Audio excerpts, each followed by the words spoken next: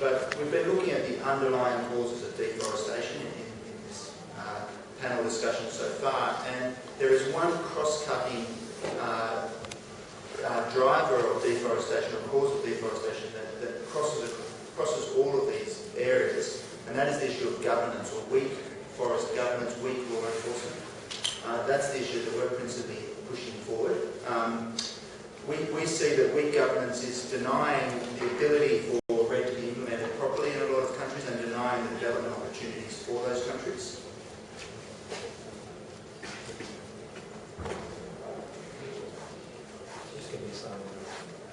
Yes, I apologise for the technical glitch that this slide's been up there this whole time.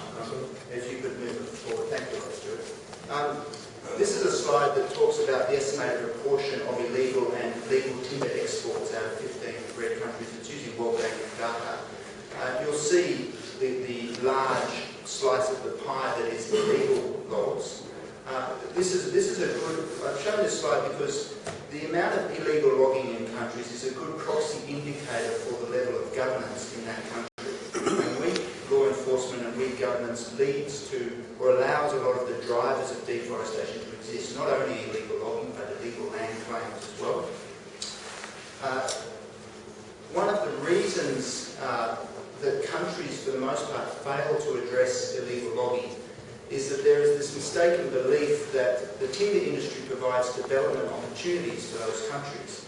And so there's a reluctance to overly regulate the timber industry or to reform forest law. Unfortunately, the evidence shows quite the contrary, that for the most part, development has not been brought by the logging sector, largely because of the amount of corruption, the amount of lack of transparency in the allocation of logging concessions and so on. That revenue that is supposed to be brought from the logging sector is not available to those countries.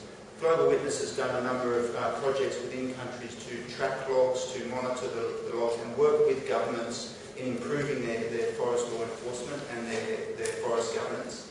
And we've found that that project more than pays for itself in terms of increased revenue through fines, but also through taxes properly being paid, concessions properly being paid for at proper market prices. Here is a list of the 40 countries that are currently participating in the UN REDD program, the UN's Collaborative Program on REDD, and the World Bank's FCPF program. A number of countries are in both slides. You'll see from these countries, by most internationally accepted standards, the majority of these REDD countries fall into high-risk categories in terms of corruption and accountability, and in terms of business climate. A lot of studies have shown that these are high-risk countries to invest in. There's also a study that's been done, again by the World Bank, using governance indicators that looks at corruption and accountability. And of the 37 countries that are currently on the World Bank's FCPF program, 80% of them are in the bottom half and 30% are in the lowest quarter in terms of their corruption and accountability. Unless REDD addresses this poor governance, unless REDD countries address poor governance within their own borders, REDD won't be able to be implemented properly.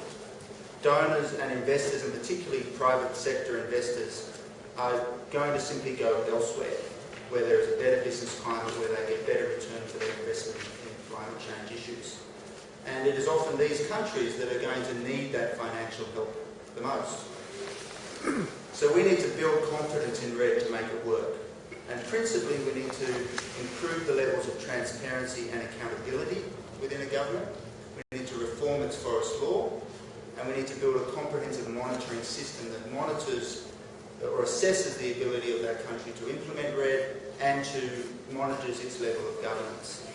And the last point I would like to make is that if we're going to implement such a monitoring system, we can only do it effectively if we involve the participation and the local knowledge of the local communities, the indigenous groups and civil society.